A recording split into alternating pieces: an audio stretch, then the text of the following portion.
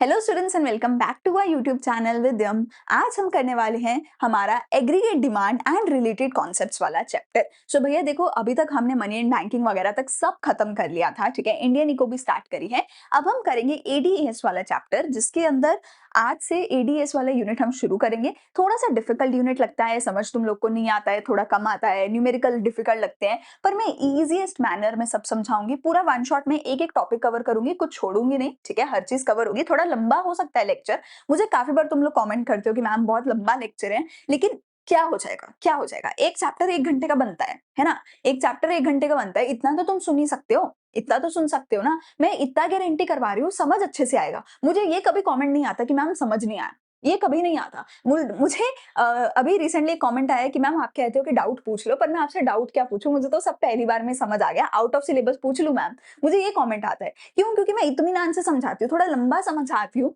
थोड़ा टाइम लग सकता है, पर डिटेल में समझाते हो और पहली बार में तुम्हें समझ आता है। सो इसीलिए जितना भी मैं करवा रही हूँ थोड़ा लंबा हो सकता है, पर तुम्हें प्रॉमिस करना है वन शॉट में ही बैठ के मेरे साथ सुनोगे। जब मैं करवा रही हूँ पूरा एक बार में ही सुनना है, कोई बीच में छोड़ के नहीं जाना, आलस नहीं करना, डिस्ट्रैक्ट नहीं होना, एक बार में पूरा करना है। तो अटेंडेंस लगाओ अपने नाम के साथ और प्रॉमिस करो मैं वन शॉट में ही सुनूंगा, ठीक है। बाकी नोट्स के लिए टेलीग्राम है, एमसीक्यूज के लिए व्हाट्सएप है, इंस्टाग्राम है, हर जगह फॉलो कर लेना। एंड आ जाओ, शुरू करते हैं हमारा लेक्चर एडीएस वाला, आज का वन शॉट लेक्चर।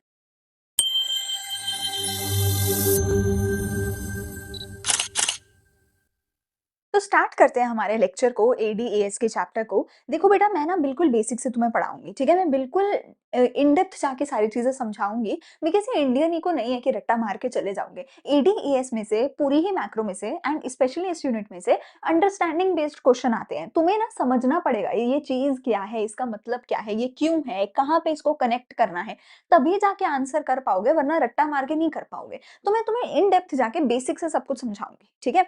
तो सबसे पहला पॉइंट आता है कि जो भी हम पढ़ने वाले हैं, ये जो भी थ्योरी है एडी की, एएस की, what ever these three chapters, this unit, what ever this chapter is, वो सारी थ्योरी हम किसके कहने पे, किसके देने पे पढ़ रहे हैं? मिस्टर कीन्स के।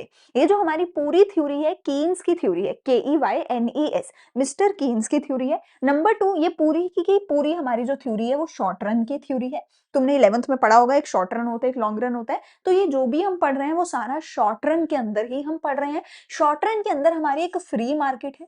फ्री मार्केट मतलब कि गवर्नमेंट का कोई इंटरफेरेंस नहीं है, फ्री है। डिमांड एंड सप्लाई अपने आप अपनी मर्जी से घूम फिर सकते हैं, ऊपर नीचे जा सकते हैं और अपने मर्जी से प्राइस डिसाइड कर सकते हैं, ठीक है।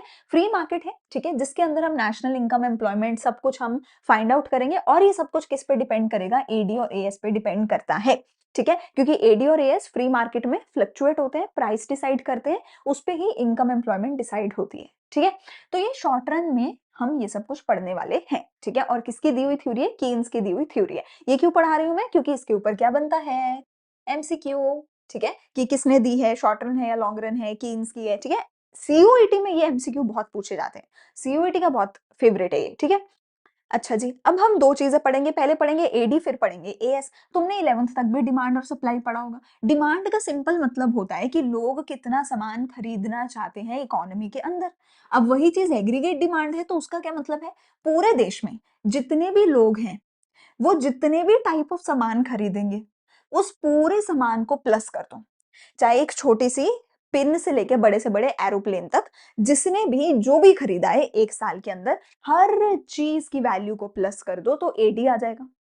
सिमिलरली पूरे देश में हर प्रोड्यूसर ने छोटी सी पिन से लेके बड़े से बड़े एयरक्राफ्ट तक जो भी कुछ बनाया है, जो भी कुछ बनाया है, हर चीज की वैल्यू को प्लस कर दो तो एग्रीगेट सप्लाई आ जाएगा, ठीक है ना। सो हमारे एग्रीगेट डिमांड क्या है? The desired expenditure for final goods and services in the economy. कहते हैं, मैंने बोला कि हमारे देश में जितने भी कस्टमर हैं, उन्होंने जो भी सामान खरीदा पूरे साल में, उसकी वैल्यू प्लस कर दो। अरे उन्होंने जो भी सामान खरीदा वो कैसे वैल्यू निकलेगी? खरीदा होगा, कुछ खर्चा किया होगा ना, अपना कंजम्पशन एक्सपेंडिचर किया होगा ना सामान खरीदने पे। तो उन्होंने जितना भी खर्चा किया पूरे साल में, अगर मैं उसको प्लस कर दूं तो एडी आ जाएगा, एग्रीगेट डिमांड आ जाएगा। क्योंकि अगर तुम कोई चीज खरीद रहे हो, पैसे दे के ही तो खरीदा होगा, बार्टर सिस्टम तो चलता नहीं है। तो जितना सामान खरीदने पे खर्चा किया, अगर वो सारा खर्चा प्लस कर दूं तो एडी आ जाएगा। खर्चा कौन कौन कर सकता है? खर्चा 4 लोग कर सकते हैं। या तो हाउस होल्ड करेगा, पेट पालने के लिए कंजम्पशन एक्सपेंडिचर, या तो बिजनेसमैन करेगा बिजनेस चलाने के लिए इन्वेस्टमेंट एक्सपेंडिचर, या तो सरकार करेगी सरकार को चलाने के लिए गवर्नमेंट एक्सपेंडिचर, या फिर फॉरेनर्स करेंगे नेट एक्सपोर्ट।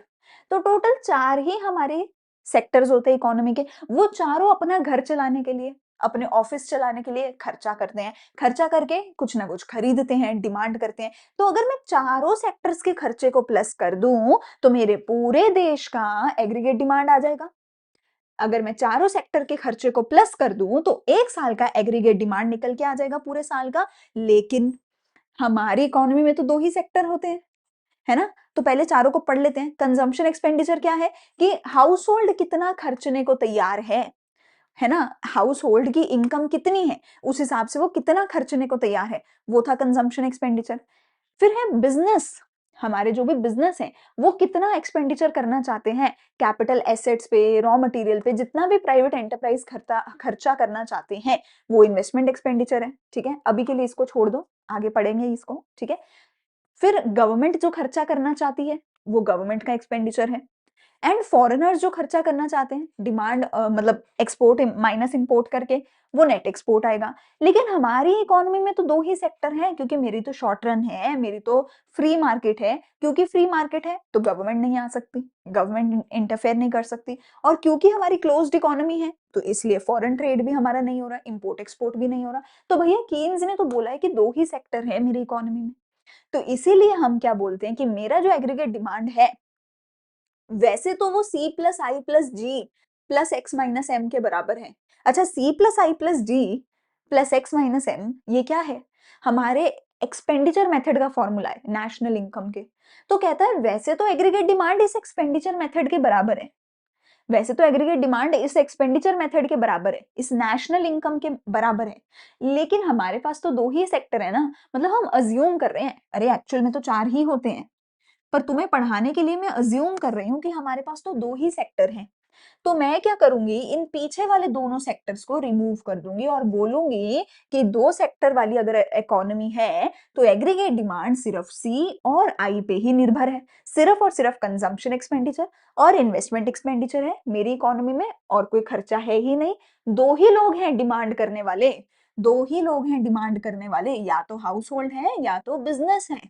अगर इन दोनों के खर्चे को प्लस कर दूं तो टोटल एग्रीगेट डिमांड आ जाएगी मेरी इकोनॉमी में एक साल के अंदर। तो एडी का फॉर्मूला क्या हुआ, C प्लस आई। तो भैया जी तो भैया जी अगर तुम C और I को प्लस कर दो तो तुम्हारा एग्रीगेट डिमांड निकल के आ जाएगा। ये वन नहीं है, ये क्या है, आई है, C प्लस आई है। अगर तुम C प्लस आई कर दो तो एग्रीगेट डिमांड निकल के आ जाएगा। अभी के लिए Y को भूल जाओ, अभी के लिए इसको छोड़ दो, इस पे फोकस करो। अगर तुम C प्लस आई को प्लस कर दो तो एडी निकल के आ जाएगा। बहुत अच्छी बात है, अच्छी बात है। ठीक है, इन्वेस्टमेंट की बात करते हैं पहले। तुम देख सकते हो अपनी नजरों से कि आई और इन्वेस्टमेंट जो है वो बिल्कुल कांस्टेंट है, वो बढ़ नहीं रहा, वो कम नहीं हो रहा, वो जीरो नहीं हो रहा, नेगेटिव नहीं हो रहा, पॉजिटिव नहीं, ऊपर नहीं नीचे नहीं, वो है बिल्कुल ही कांस्टेंट। इसका मतलब है कि हमने एक बार इन्वेस्टमेंट कर दी, अब हम उसको चेंज ही नहीं कर रहे, मतलब इन्वेस्टमेंट चेंज हो ही नहीं रही। क्या बबुआ ऐसा होता है? क्या इन्वेस्टमेंट ऊपर नीचे नहीं हो सकती? हो सकती है मैम। फिर ये कांस्टेंट क्यों है? क्योंकि बेटा हमने इसको कांस्टेंट अज्यूम किया है, हमने इसको कांस्टेंट अज्यूम किया है। हम कहते हैं कि जो इन्वेस्टमेंट है ना उसको अज्यूम कर लो कि वो कांस्टेंट है। क्यों अज्यूम कर लो? क्योंकि तुम छोटे बच्चे हो, तुम इतना पढ़ नहीं पाओगे, इतना ही मुश्किल से पढ़ते हो। अगर एक और चीज ले आए फिर और मुश्किल हो जाएगा कैलकुलेशन करना, है ना? इसलिए मान लो कि इन्वेस्टमेंट कांस्टेंट है। ठीक हो गई इन्वेस्टमेंट का घपला खत्म अपना। ठीक है, इन्वेस्टमेंट की कहानी खत्म। इन्वेस्टमेंट जो है वो कांस्टेंट रहने वाली है। कोई भी एक नंबर तुम्हें दे रखा होगा, नहीं दे रखा होगा तो अपने आप से अज्यूम कर लेना और कांस्टेंट लिख देना। ठीक है जी। फिर आती है मेरी कंजम्पशन। अच्छा, इन्वेस्टमेंट जो है कांस्टेंट है, कांस्टेंट वाली चीज को हम क्या बोलते हैं? ऑटोनॉमस। कांस्टेंट की जगह ही, मतलब कांस्टेंट वर्ड मुझे अच्छा नहीं लग रहा था तो मैंने सोचा थोड़ा फैंसी नाम दे देती हूँ, तो मैंने क्या नाम दिया कि इन्वेस्टमेंट ऑटोनॉमस है। ऑटोनॉमस मतलब इन्वेस्टमेंट कांस्टेंट है। फिर आती है मेरी कंजम्पशन। कंजम्पशन तुम देखो, कंजम्पशन शुरू से ही पॉजिटिव है। तुम देखो कंजम्पशन कभी नेगेटिव नहीं है, कंजम्पशन कभी जीरो नहीं है।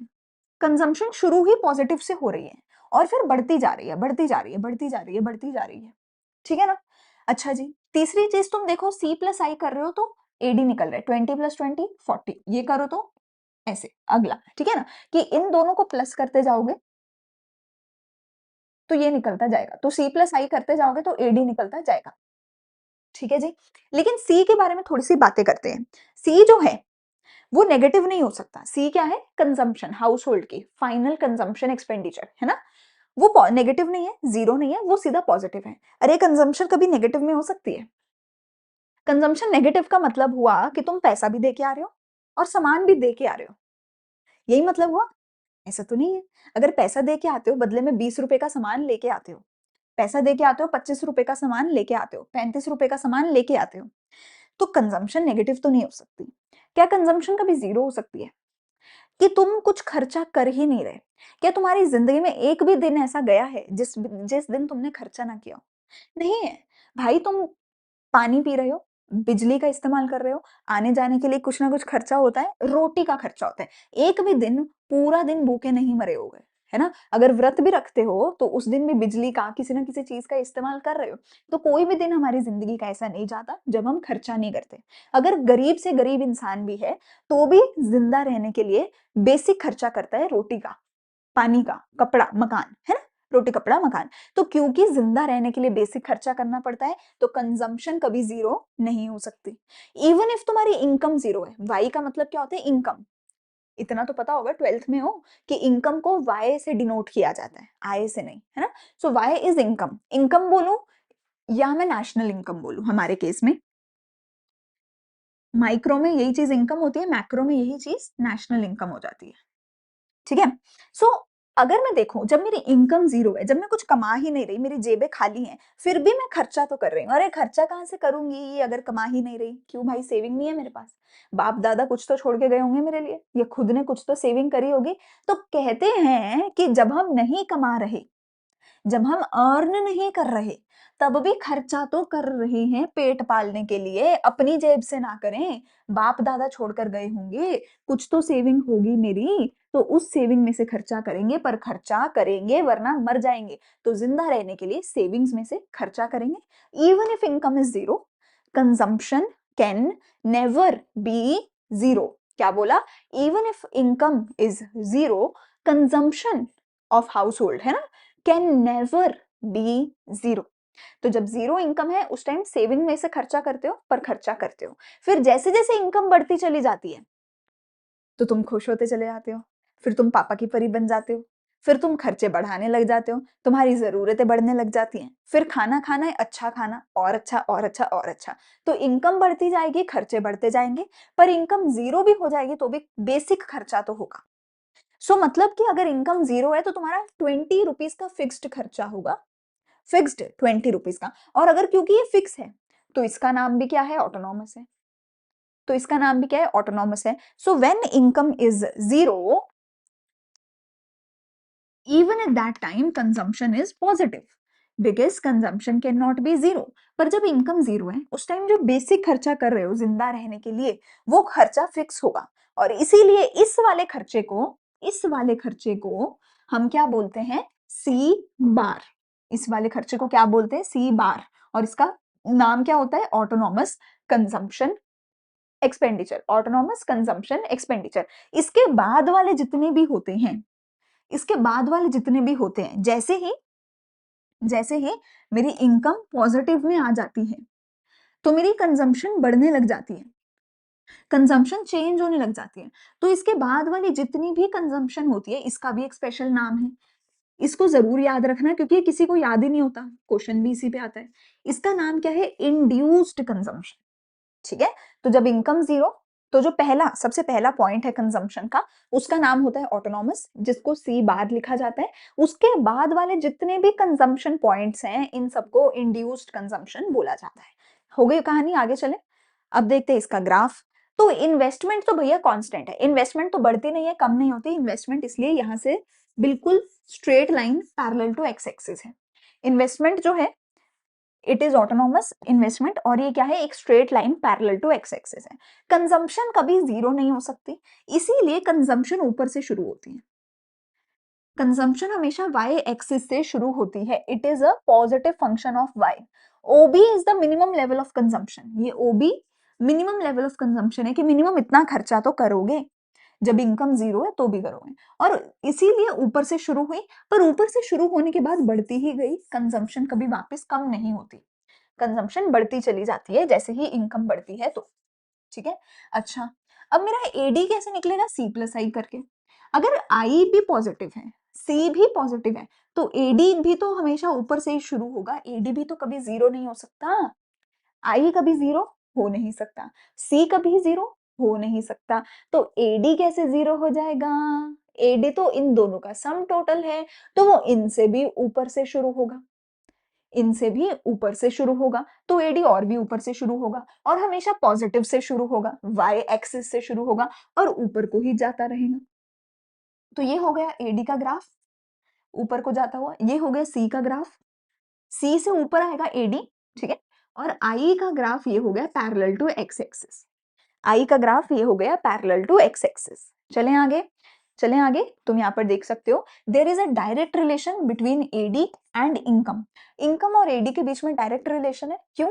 क्योंकि अगर इनकम बढ़ेगी तो कंजम्पशन बढ़ेगी और AD is equal to C plus I होता है, तो सी बढ़ेगा तो एडी भी बढ़ेगा, तो सी बढ़ेगा तो एडी भी बढ़ेगा, तो एडी और वाई का डायरेक्ट रिलेशन है।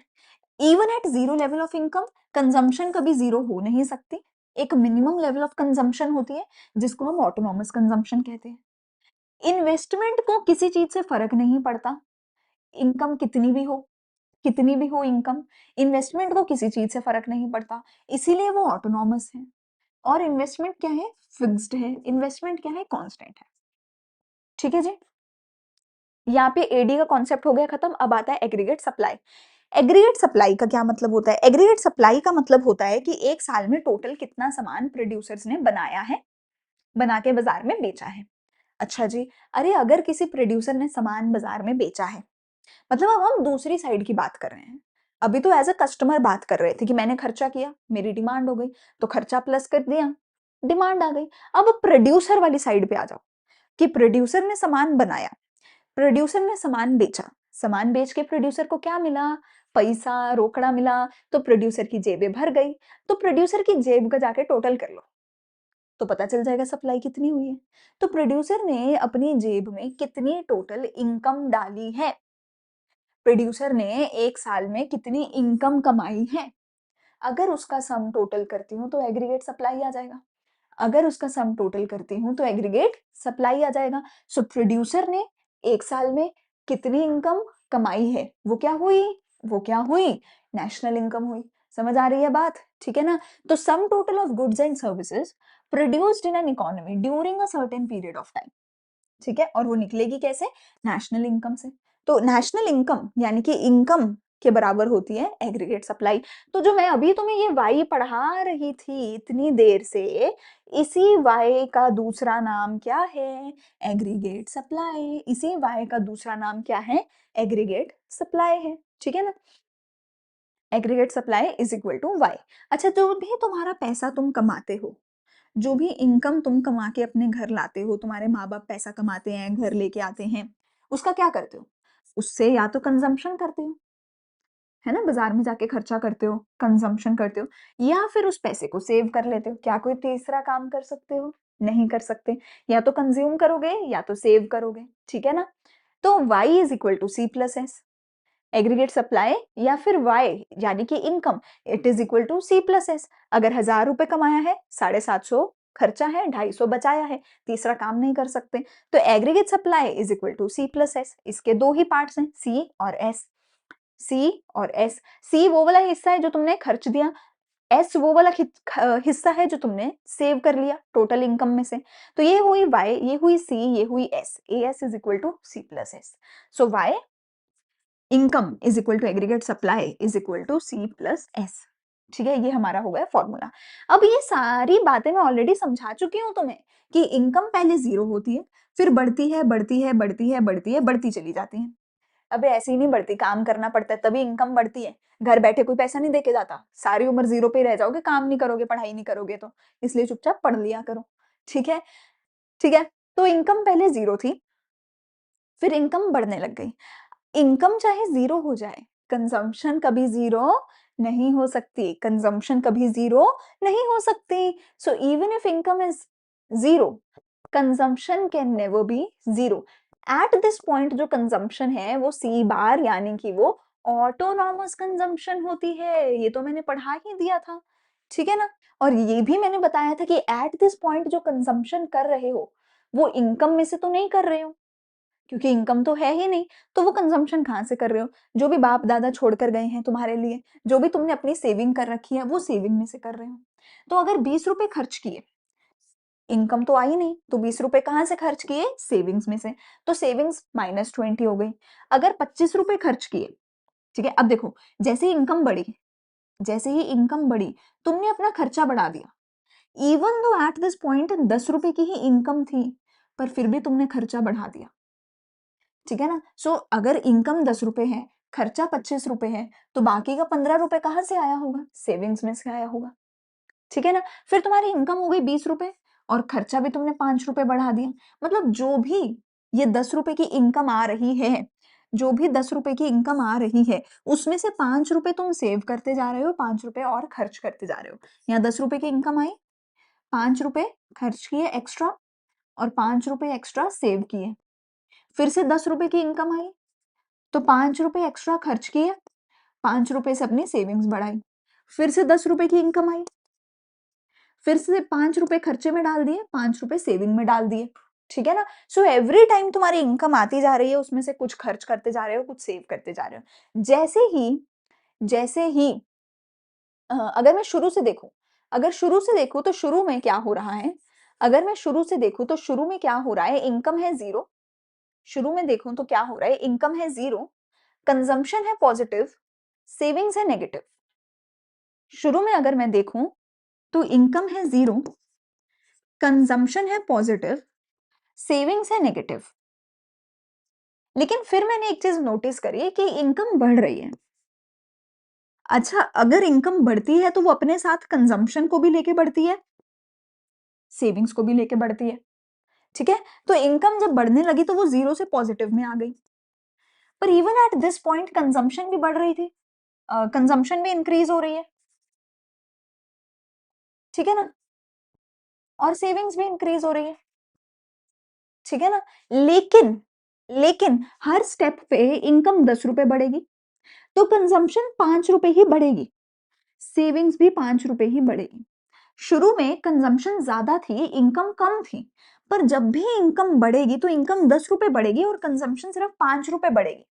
मतलब शुरू में मैं तुमसे आगे खड़ी हूं, तुम मेरे पीछे खड़े हो, पर फिर भी तुम हर बार 10 कदम चल पाओगे, मैं सिर्फ 5 ही कदम चल पाऊंगी। तो एक ना एक पॉइंट तो ऐसा होगा ना कि जब तुम मेरे पास आ जाओगे और मुझे क्रॉस करके निकल जाओगे, एक ना एक पॉइंट तो ऐसा होगा ना। क्यों? क्योंकि मैं तुमसे आगे भले ही खड़ी हूं, पर मेरी स्पीड तो स्लो है ना, मेरी स्पीड तो स्लो है ना। जितने में मैं 5 कदम चलती हूँ, तुम 10 कदम चल लेते हो। तो भले ही कंजम्पशन शुरू में आगे थी, पर क्योंकि कंजम्पशन की स्पीड स्लो है, इनकम की स्पीड फास्ट है, इसलिए एक ना एक पॉइंट ऐसा जरूर आएगा जब इनकम और कंजम्पशन बराबर हो जाएंगे, और उस पॉइंट के बाद इनकम आगे निकल जाएगी, कंजम्पशन पीछे छूट जाएगी। समझ आ गई कहानी? इनिशियली इनकम जीरो थी, कंजम्पशन ज्यादा थी, पर एक ना एक पॉइंट ऐसा आएगा कि इनकम और कंजम्पशन बराबर हो जाएंगे। इस पॉइंट को क्या बोला जाएगा? इस पॉइंट को क्या बोला जाएगा? Break even point. इस पॉइंट को क्या बोला जाएगा? ब्रेक इवन पॉइंट बोला जाएगा इस पॉइंट को, ठीक है ना। At the break even point, at the break even point income और कंजम्पशन एक दूसरे के बराबर होंगे, और at the break even point saving zero हो जाएगी। बेसिक फॉर्मूला है यार, y is equal to C plus S. अगर y और c बराबर हैं तो s तो जीरो ही होना चाहिए। तो at this point break even point पे y और c बराबर होंगे, s जीरो हो जाएगा। After the break even point income will be greater than consumption, and after the break even point, after the break even point savings positive होने लगेगी। Break even point से पहले saving सारा time negative थी, break even point पे saving zero हुई और इसके बाद ही था कि सेविंग फाइनली पॉजिटिव में आ पाई। तो ये पूरी कहानी है एएस की, वाई की, सी की, एस की। कोई भी डाउट है तो तुम कमेंट सेक्शन में पूछ सकते हो, ठीक है। आगे यहाँ पर हमारे पास क्या है? इलास्टिसिटी है, इलास्टिसिटी को छोड़ दो, इलास्टिसिटी की हमें जरूरत नहीं है। हाँ, ये चीज समझ लेते हैं, एग्रीगेट सप्लाई का ग्राफ कैसा होगा। एग्रीगेट सप्लाई का ग्राफ कैसा होगा? एग्रीगेट सप्लाई का जो ग्राफ है वो 45 डिग्री की लाइन होती है, वो 45 डिग्री की लाइन होती है, ओरिजिन से स्टार्ट होती है और ऊपर की तरफ जाती है। एग्रीगेट सप्लाई की यानी कि इनकम की ग्राफ कैसा होता है?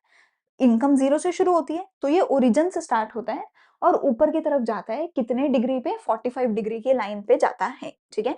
प्लीज इसको याद रखना, प्लीज इसको याद रखना, गलती से भी भूल मत जाना। और इसको ही रेफरेंस लाइन भी बोलते हैं। मैं हर साल, मेरे को ऑलमोस्ट हर साल एमसीक्यू देखने को मिलता है इसके ऊपर कि रेफरेंस लाइन क्या होती है। रेफरेंस लाइन किसको बोलते हैं?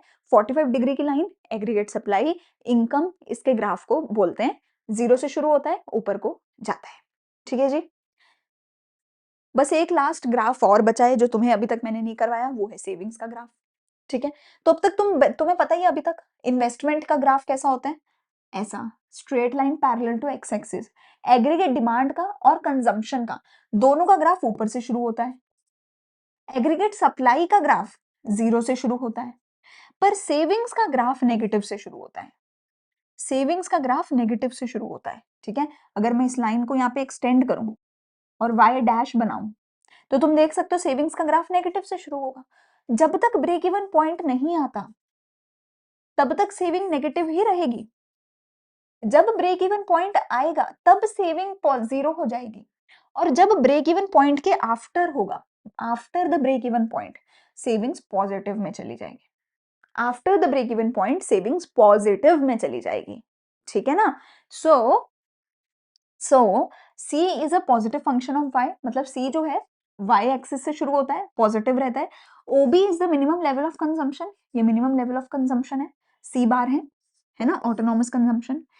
F is the break even point, यहाँ पे F जो है वो ब्रेक इवन पॉइंट है जहां पर सप्लाई यानी कि इनकम और कंजम्पशन बराबर हो रहे हैं, ठीक है, कंजम्पशन और इनकम बराबर है। इस पॉइंट पे S जो है वो 0 है, ठीक है। Any point prior to M, इस ब्रेक इवन पॉइंट से पहले सेविंग्स नेगेटिव है, ब्रेक इवन पॉइंट पे सेविंग 0 है, after the break even point savings positive है। S डैश रिप्रेजेंट सेविंग, मतलब ये सेविंग्स का ग्राफ है, ऐसा बोला गया है, ठीक है। चलो, what is consumption expenditure? Consumption expenditure क्या होता है? जितना भी हाउस होल्ड ने खर्चा किया सामान खरीदने पे, ये दो तरीके का हो सकता है, या तो ऑटोनॉमस या तो इंड्यूस्ड। ये मैंने आपको बता ही दिया है, ये मैंने आपको बता ही दिया है, कहाँ गया ये रहा। जो भी मेरा फर्स्ट यूनिट है, जब इनकम 0 है उस टाइम पे जो खर्चा है वो सी बार है, उसको ऑटोनॉमस बोला जाएगा।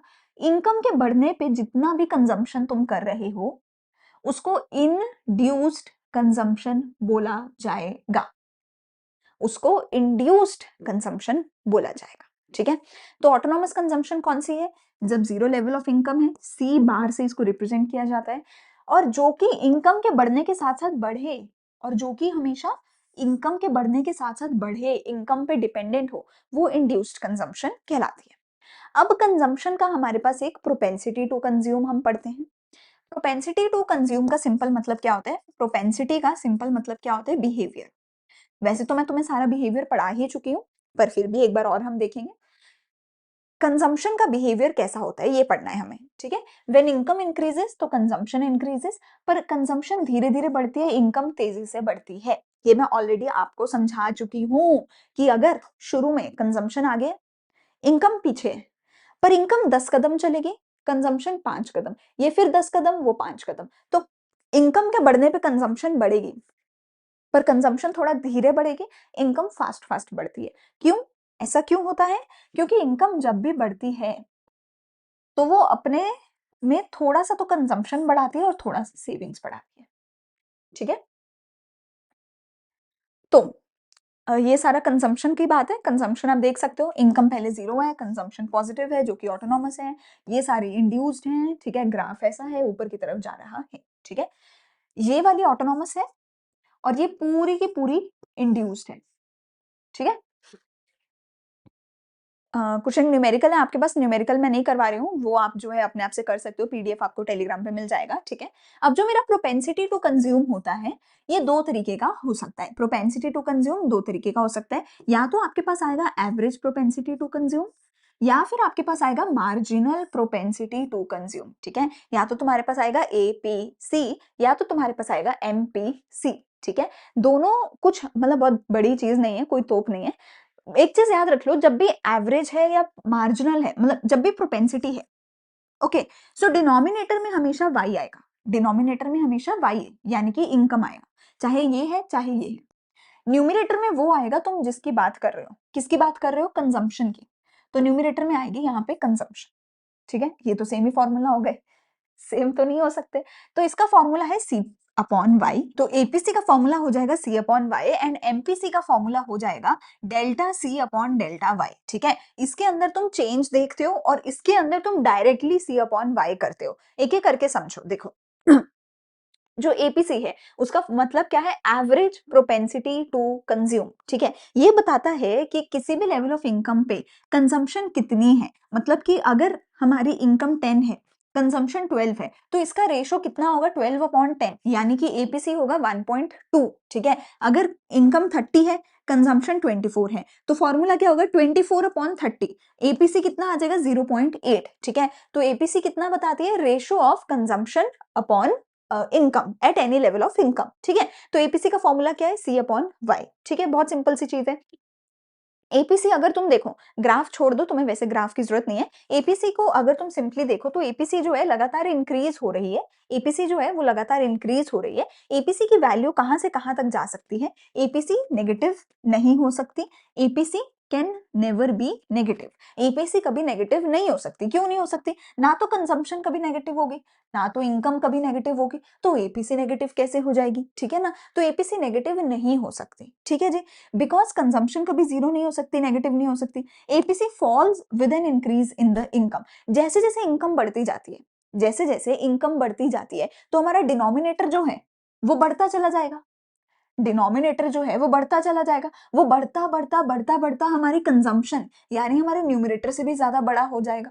तो एपीसी जो है लगातार फॉल करता रहेगा with an increase in the income. I think फिर ये ग्राफ तो उल्टा होना चाहिए, है ना, APC then should be lower, should be, अच्छा नहीं, दोनों चीजें इंक्रीज हो रही हैं, कंजम्पशन भी इंक्रीज हो रहा है, इनकम भी इंक्रीज हो रहा है, ठीक है, the graph should be like this only, but आप ग्राफ को छोड़ दो, आपको एपीसी एमपीसी किसी भी चीज के ग्राफ की करने की जरूरत नहीं है, आपको ग्राफ सिर्फ कंजम्पशन, इनकम, सेविंग, एडीएएस, है ना, इन्हीं चीजों का करना है, ये एपीसी एमपीसी का ग्राफ नहीं करना है, बस इसकी न्यूमेरिकल वैल्यू तुम्हें समझ आनी चाहिए कि एपीसी जो है वो कभी नेगेटिव नहीं हो सकता है, ठीक है, उससे बड़ा ही हमेशा एपीसी होगा। एपीसी इंफिनिटी हो सकता है, वन वन की लाइन में हो सकता है, जीरोस की लाइन में हो सकता है, 0 पॉइंट दिस 0 पॉइंट दैट, पर एपीसी कभी भी नेगेटिव नहीं हो सकता, एपीसी कभी भी जीरो नहीं हो सकता, एपीसी कभी भी जीरो नहीं हो सकता, वो हमेशा पॉजिटिव तो रहेगा ही रहेगा, ठीक है, क्योंकि कंजम्पशन यानी कि जो हमारा न्यूमरेटर है वो कभी जीरो नहीं हो सकता, और जैसे जैसे एपीसी बढ़ता, इनकम बढ़ती जाती है, वैसे वैसे एपीसी गिरता जाता है, ठीक है।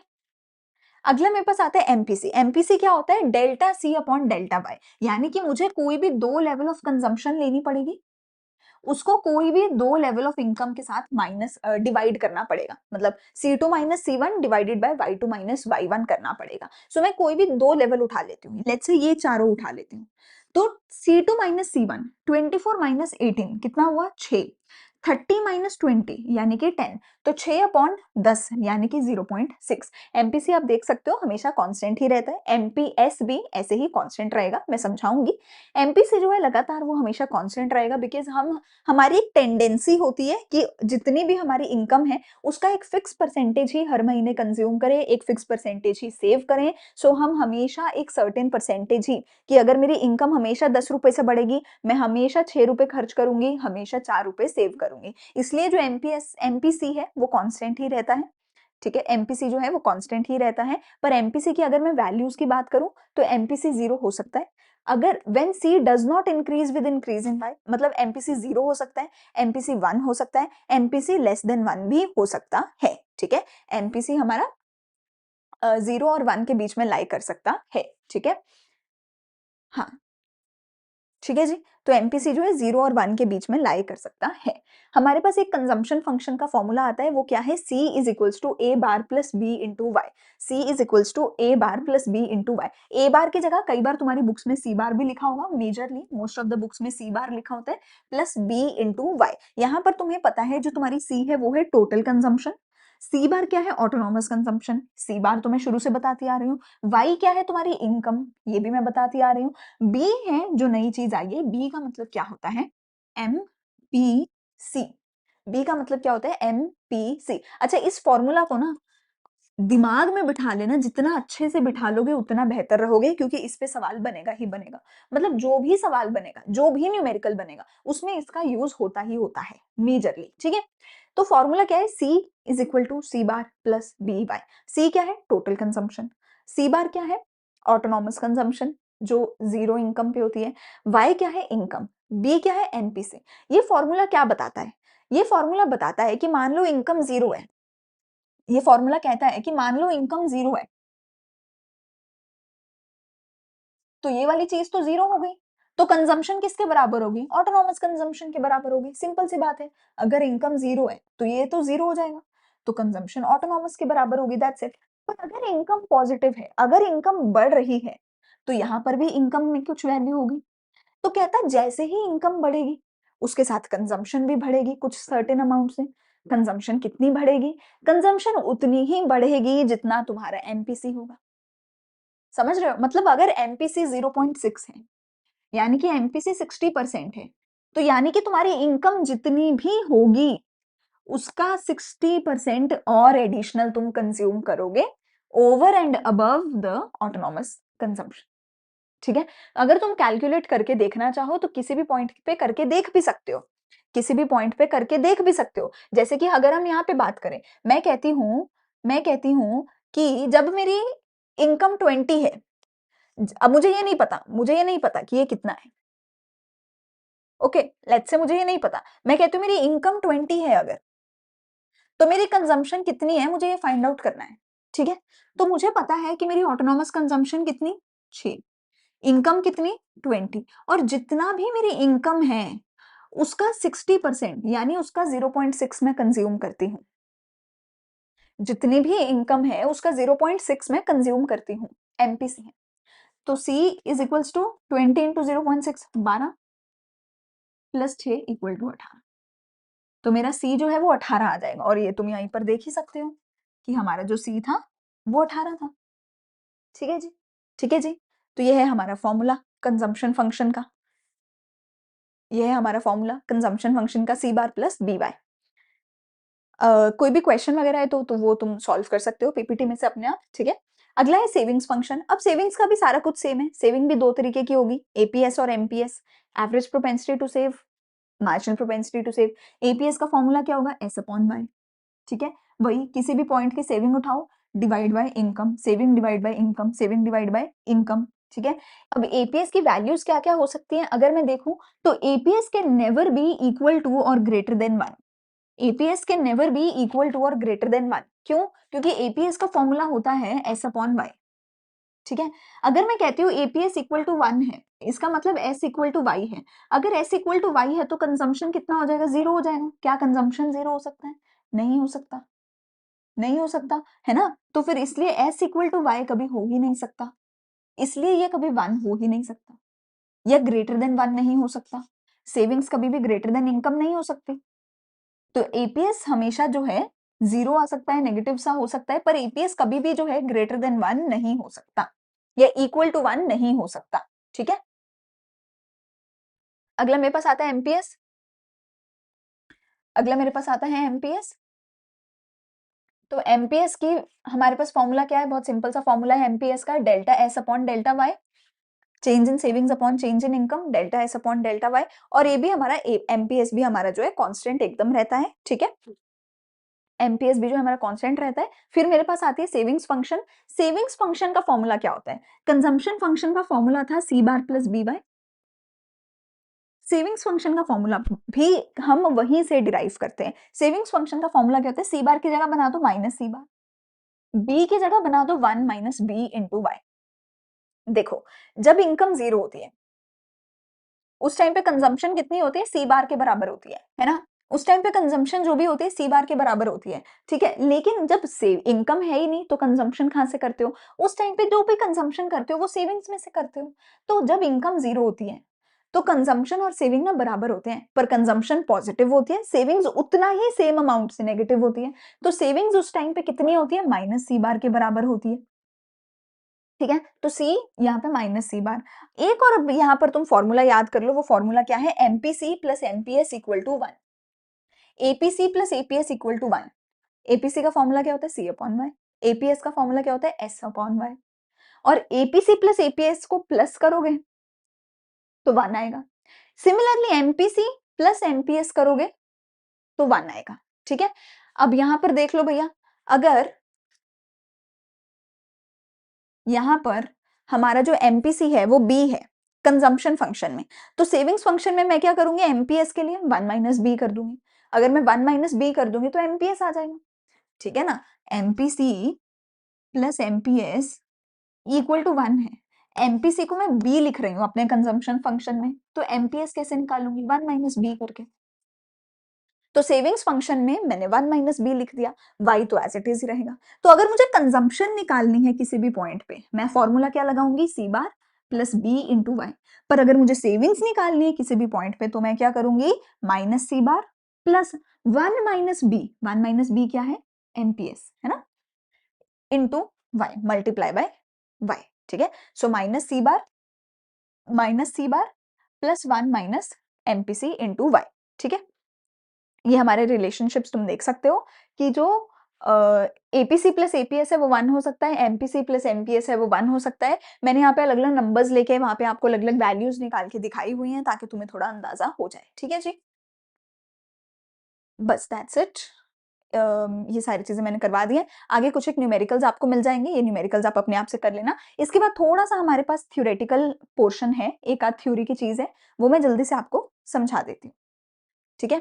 सो सबसे पहले मेरे पास आता है इन्वेस्टमेंट एक्सपेंडिचर। इन्वेस्टमेंट के बारे में थोड़ा सा, और फिर हमारा अनएम्प्लॉयमेंट के बारे में थोड़ा सा, तो 5 मिनट में ये थ्योरेटिकल पोर्शन कवर कर लेते हैं। तो सबसे पहले इन्वेस्टमेंट की अगर बात करें, तो इन्वेस्टमेंट हम किसी भी चीज में अगर करते हैं, हमारे पास कुछ पैसा होता है, हम अपने पैसे को कहीं पे इन्वेस्ट करते हैं। हम अपने पैसे को उस जगह पे इन्वेस्ट क्यों करते हैं? क्योंकि हमें वहां से कुछ रिटर्न मिल रहा होता है, राइट? तो जो भी हम इन्वेस्टमेंट करते हैं वो डिपेंड करता है मार्जिनल एफिशिएंसी ऑफ इन्वेस्टमेंट पे, expected profitability on additional investment. कहते हैं हमने जहां भी इन्वेस्टमेंट करनी है वहां से हम कुछ प्रॉफिटेबिलिटी एक्सपेक्ट कर रहे होंगे, कुछ तो प्रॉफिट एक्सपेक्ट कर रहे होंगे। जो भी प्रॉफिट हम एक्सपेक्ट कर रहे हैं उसको हम क्या बोलते हैं? Marginal efficiency of investment, M E I. जो भी प्रॉफिट हम एक्सपेक्ट कर रहे हैं, जो भी रिटर्न हम एक्सपेक्ट कर रहे हैं, उसको हम क्या बोल रहे हैं? Marginal efficiency of investment. अब इन्वेस्टमेंट करने के लिए तुम्हें कुछ कॉस्ट भी बियर करनी पड़ रही होगी, बोरो करने की। उस कॉस्ट ऑफ बोरोइंग को क्या बोलेंगे? Rate of interest. ठीक है? बहुत सिंपल भाषा में मैं समझा देती हूँ तुम्हें कि कहता है अगर तुम्हें इन्वेस्टमेंट, कहाँ लिखूं, कहता है कि अगर तुम्हें इन्वेस्टमेंट करनी है तो तुम क्या करो, तुम ना मतलब मान लो मेरे को कहीं मेरे को समझ आया कि अगर मैं गोल्ड में इन्वेस्ट करती हूँ, फॉर एग्जाम्पल 10 लाख रुपए इन्वेस्ट करती हूँ, तो मुझे 1 साल के अंदर अंदर 10% का मुनाफा हो जाएगा। तो मैंने बोला यार ये तो बड़ी अच्छी बात है, 1 साल में 10% का प्रॉफिट हो जाएगा तो बहुत अच्छा लग रहा है। तो वो कहते हैं लाओ 10 लाख रुपए दो। मैं बोला, 10 लाख तो नहीं है मेरे पास, मैं 10 लाख कहाँ से लेकर आऊं इन्वेस्ट करने के लिए? तो वो कहते कि ना एक काम करो, तुम ना लोन ले लो 10 लाख रुपए का। तुम्हें लोन पे ना कुछ रेट ऑफ इंटरेस्ट भरना पड़ेगा। रेट ऑफ इंटरेस्ट चल रहा है लोन पे 6%। तो तुम 6% पे लोन ले लो और गोल्ड में इन्वेस्ट कर दो। ठीक है? तो 10% का रिटर्न मिलेगा। ठीक है? मतलब 10 लाख रुपए के ऊपर 10% का रिटर्न मिलेगा, 1 लाख रुपए। ठीक है? और उसमें से 6% यानी कि 60,000 तुम इंटरेस्ट पे कर देना। सीधा सीधा तुम्हारे पास प्रॉफिट बच जाएगा 4% का। समझ रहे हो? तो अगर तुम्हारा रेट ऑफ इंटरेस्ट कम है और तुम्हारा प्रॉफिट ज्यादा है, रिटर्न ज्यादा है, तो तुम लोन पे पैसा लेके पैसा इन्वेस्ट कर सकते हो। इधर 6% दिया, इधर से 10% लिया, बीच में 4% तुम्हारा प्रॉफिट। बैंक भी यही करते हैं, बेसिकली बैंक जो काम करते हैं वही बोला है। तो कहता है कि अगर तुम्हारा प्रॉफिटेबिलिटी यानी तुम्हारा MEI ग्रेटर है, किससे ग्रेटर है? रेट ऑफ इंटरेस्ट से, तो तुम इन्वेस्टमेंट कर सकते हो। वरना तुम इन्वेस्टमेंट मत करो, सिंपल बात है। For investment to be profitable MEI should be greater than ROI। ठीक है, इतना सही कॉन्सेप्ट है और कुछ नहीं। इन्वेस्टमेंट दो तरीके की हो सकती है, या तो ऑटोनॉमस या तो इंड्यूस्ड, है ना। ऑटोनॉमस ही है हमारे केस में तो, क्योंकि हम अज्यूम कर रहे हैं कि हमारी इन्वेस्टमेंट कांस्टेंट है। ऑटोनॉमस क्या होती है, जो इनकम पे डिपेंड नहीं करती, इनकम कितनी भी है हमारी इन्वेस्टमेंट फिक्स है। हमारे केस में ऑटोनॉमस है, हमने अज्यूम किया है कि फिक्स है। तो ऑटोनॉमस इन्वेस्टमेंट क्या है, जिसका ग्राफ ऐसा होता है, जो फिक्स रहती है, इनकम पे डिपेंड नहीं करती, पैरेलल टू एक्स एक्सिस है। इंड्यूस्ड क्या होती है, जो इनकम बढ़ने के साथ बढ़ेगी, तो उसका ग्राफ ऐसा होगा। पर हम ये तो लेकर ही नहीं चल रहे, हमारे केस में हम अज्यूम कर रहे हैं कि हमारी जितनी भी इन्वेस्टमेंट है वो ऑटोनॉमस है। ठीक हो गई बात, समझ आ गई सबको। ठीक है, in short run investment is assumed to be autonomous only. ठीक है। अच्छा, अगला एक कॉन्सेप्ट आता है एक्स एंटे और एक्स पोस्ट का। ये दो शब्द हैं, तुम्हें बस इन दोनों शब्दों का मतलब समझना है। ये दो शब्द हैं, कौन से शब्द, एंटे और पोस्ट, एक्स एंटे और एक्स पोस्ट। ठीक है, एंटे का मतलब होता है एंटीसिपेटेड, एंटे का मतलब होता है एंटीसिपेटेड, कि तुम कितना एंटीसिपेट कर रहे हो। एंटीसिपेट मतलब कितना फ्यूचर को तुम एडवांस में ही तुम फ्यूचर के अंदाजे लगा रहे हो। एंटीसिपेट मतलब आज ही फ्यूचर के बारे में कुछ अंदाजा लगा रहे हो, है ना। मतलब कि तुम फ्यूचर के बारे में प्लान कर रहे हो। ठीक है, तो अगर मैं फ्यूचर के बारे में अपनी सेविंग प्लान करूं कि फ्यूचर में कितनी सेविंग करूंगी, तो वो एक्स एंटे सेविंग है। अगर मैं फ्यूचर की इन्वेस्टमेंट को प्लान कर रही हूं, तो वो एक्स एंटे इन्वेस्टमेंट है। ठीक है, एक्स एंटे और एक्स एंटे सेविंग और एक्स एंटे इन्वेस्टमेंट जरूरी नहीं है कि हमेशा बराबर हो। क्यों? क्योंकि सेविंग्स के लिए प्लानिंग कौन करता है, हाउस होल्ड। इन्वेस्टमेंट की प्लानिंग कौन करता है, बिजनेसमैन। अब बिजनेसमैन कुछ और प्लान कर रहा है, हाउस होल्ड कुछ और प्लान कर रहे हैं, तो जरूरी नहीं है कि इनकी जो प्लानिंग है वो सेम हो। ठीक है, क्योंकि डिफरेंट लोग इन्वेस्ट करते हैं, डिफरेंट लोग सेव करते हैं। ठीक है, फ्लक्चुएशन भी होता है, तो इनकी प्लानिंग अलग अलग हो सकती है। एक्स एंटे सेविंग, एक्स एंटे इन्वेस्टमेंट अलग अलग हो सकते हैं। लेकिन फिर आता है एक्सपोस्ट। एक्सपोस्ट बोले तो जो एक्चुअल में हुआ है, जो एक्चुअल में तुमने जितना सेव किया है, एक्चुअल में तुमने जितना इन्वेस्ट किया है। तो एक्सपोस्ट बोले तो एक्चुअल में कितना इन्वेस्ट किया, एक्चुअल में कितना सेव किया। ठीक है, ये दोनों हमेशा बराबर होंगे। तुमने जो सोच कर चले हो, जरूरी नहीं है कि उतना ही करोगे। सोचा होगा 10,000 का इन्वेस्टमेंट करूंगा, कर दिया 20,000 का, या करा 5,000 का ही। तो सोचा जितना है जरूरी नहीं है उतना ही होगा। तो एक्स एंटे मतलब जो प्लान किया था, जरूरी नहीं है वो बराबर होंगे। पर एक्स पोस्ट जो एक्चुअल में हुआ है, वो हमेशा इक्वल होता है। तो एक्स पोस्ट सेविंग और इन्वेस्टमेंट बराबर होते हैं। ठीक है जी। लास्ट टॉपिक आया अनएम्प्लॉयमेंट का। अनएम्प्लॉयमेंट क्या होता है कि तुम्हें काम नहीं मिला। ठीक है, तो ये अलग अलग तरीके की हो सकती है, इनवॉलंटरी, वॉलंटरी। इनवॉलंटरी मतलब तुम तो काम करना चाहते हो, फिर भी काम नहीं मिल रहा, कि तुम अपनी इच्छा से नहीं बैठे हो घर पे, अपनी इच्छा से घर पे नहीं बैठे हो, काम करना चाहते हो पर काम नहीं मिल रहा, that is called involuntary. Voluntary क्या होती है, कि तुम अपनी इच्छा से घर पे बैठे हो, तुम्हें काम करना ही नहीं है, दैट इज वॉलंटरी। ठीक है, तो इनवॉलंटरी क्या है, कि तुम काम करना चाहते हो, तुम काम कर सकते हो, तुम एग्जिस्टिंग वेज रेट पे काम करने को तैयार भी हो, पर फिर भी तुम्हें काम नहीं मिल रहा, तो तुम इनवॉलंटरी अनएम्प्लॉयड हो। ठीक है, ये क्यों होता है, डिमांड में कम ज्यादा होने की वजह से एडी होता है, इनवॉलंटरी अनएम्प्लॉयमेंट होता है। अगर इनवॉलंटरी अनएम्प्लॉयमेंट है, तो हम उस केस में फुल एम्प्लॉयमेंट हमारी इकोनॉमी में नहीं है। ठीक है, पर वॉलंटरी क्या होता है, कि तुम काम कर तो सकते हो पर तुम करना ही नहीं चाहते, तुमने मना कर दिया, मुझे नहीं करना काम, भाई मेरी मर्जी, मैं घर पे बैठ के खेलना चाहता हूँ, मैं हाउसवाइफ बनना चाहती हूँ, मैं घर पे रहना चाहती हूँ, मेरी मर्जी। तो अगर तुम काम नहीं कर रहे, तो तुम वॉलंटरी अनएम्प्लॉयड हो, अगर अपनी मर्जी से काम नहीं कर रहे हैं।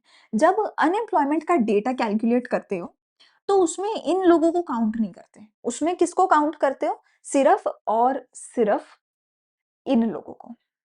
ठीक है, तो ये दो तरीके की हो सकते हैं, या तो स्ट्रक्चरल या तो फ्रिक्शनल। स्ट्रक्चर क्या होता है, कि जब कोई भी नई टेक्नोलॉजी आई, तो वो पुराने लोगों को रिप्लेस कर देगी। अब जैसे एआई आया, तो पुराने लोगों को निकाल दिया, फिर जब वही लोग एआई की मदद से काम करना सीख जाएंगे, मतलब 2 महीना 3 महीना अनएम्प्लॉयड रहेंगे, खुद को अप स्किल करेंगे, नए स्किल सीखेंगे, नई टेक्नोलॉजी से काम करना सीखेंगे और फिर दोबारा कहीं जाके नौकरी ले लेंगे। तो स्ट्रक्चर में चेंज आया है, टेक्नोलॉजी में चेंज आया है, स्किल्स में चेंज आया है, तो आपको 2-3 महीने काम से छुट्टी लेनी पड़ेगी, अपने आप को स्किल्स नए सिखाने पड़ेंगे, सीखने पड़ेंगे और फिर उसके बाद जाके तुम काम करोगे, तो उसको हम बोलते हैं स्ट्रक्चरल अनएम्प्लॉयमेंट। जैसे जो लोग पहले टाइपराइटर पे काम करते थे, उनकी नौकरी चली गई, पर फिर जब उन्होंने कंप्यूटर चलाना सीख लिया होगा, तो उनको नई नौकरी मिल गई होगी। फ्रिक्शनल अनएम्प्लॉयमेंट क्या होता है कि कई बार तुम्हारी जॉब पसंद नहीं आ रही, तुमने एक नौकरी छोड़ दी ताकि दूसरी जगह पे जाके नौकरी कर सको।